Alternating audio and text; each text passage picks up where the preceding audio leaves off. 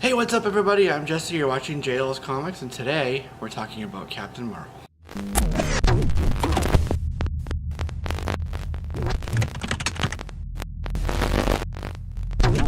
Captain Marvel is the latest installment in the decades-long MCU franchise. It's our last stop before Avengers Endgame. The movie comes out this week, the first week of March, and stars Brie Larson as the titular character Captain Marvel. Also, Nick Fury is in this, and Annette and Ben Mendelsohn, who I absolutely love. He's a great villain. And the other thing that I want to mention is that this review is strictly about the film. I understand there's some politics and some controversy around the lead up to the film. If you want to hear my thoughts on that, we did do a video last week on our weekly live show, Comic Conversation, so you can check out our interpretation of that on that episode. But now we'll talk about the movie itself. I did enjoy this movie. There was a lot of action. I really like, the aerial combat scenes. There's some really cool scenes in space as well that evoke something like J.J. Abrams' Star Trek. There's a couple scenes toward the end as well that really felt like a Star Trek sort of scene. So if you like that, you'll enjoy those scenes. And the movie does rely really heavily on nostalgia. Of course, this does take place mostly in the 90s, so you have those nods like Blockbuster, some of the films that came out at the time like The Right Stuff, and the soundtrack as well is a nod to the 90s. It's full of alternative music. You have Smashing Pumpkins and Nirvana, Nine Inch Nails, all these references in there that will tell you, aha, this is the 90s. In terms of the cast itself, I really did enjoy Nick Fury's character. He was a lot of fun. He is, of course, Samuel L. Jackson, who we've known since pretty much the start of the MCU. And we get some of those questions answered about, his eye, about why is this team called the Avengers, things like that.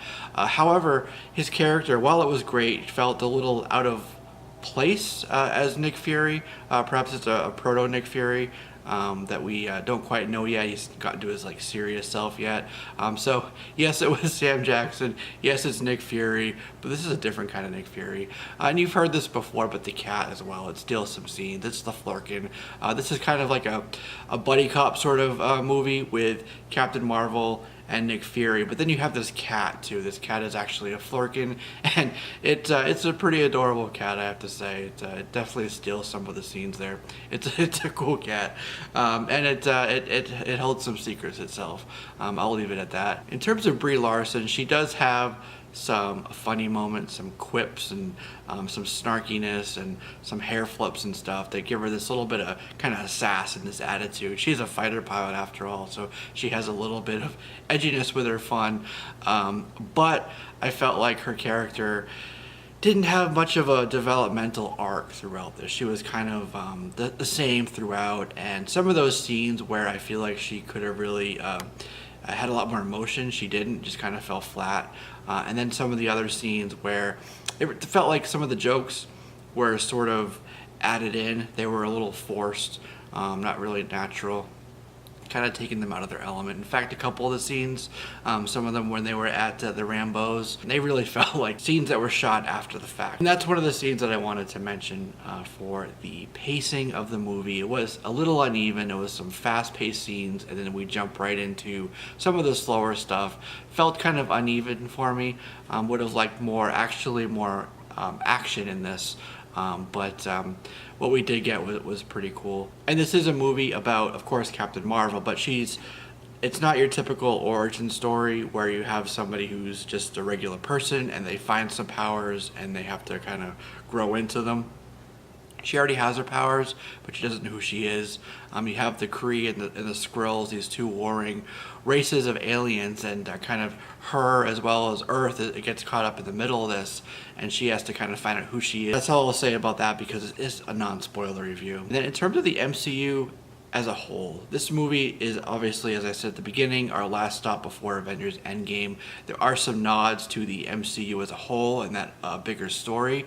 However, it's not entirely necessary going into Endgame to have seen this. There are a couple scenes at the end. There's two specifically. The first one gives you those same aha moments that maybe you got at the end of Ant-Man and the Wasp when you saw the quantum tunnel. But if you happen to miss this movie, you're not going to necessarily miss anything from Endgame. So overall, this was a fun movie. It fell flat in some places. There were some issues that I had with Brie Larson's ability to emote, but it was really cool action sequences and definitely felt like an MCU movie. I'd put this kind of in the middle. In fact, I'd probably, if people like to sort of rank the MCU films, put this right on par with the first Thor movie. That's where I would place it. It felt kind of older in time. The subtlety of the nostalgia kind of plays to not just the time period that it was in, but the overall feel of the movie as well. Also, I had a little bit of issue with the CGI. Some of it did feel kind of weak, unweighted, and unnatural. And then with Ben Mendelsohn, he is a fantastic actor.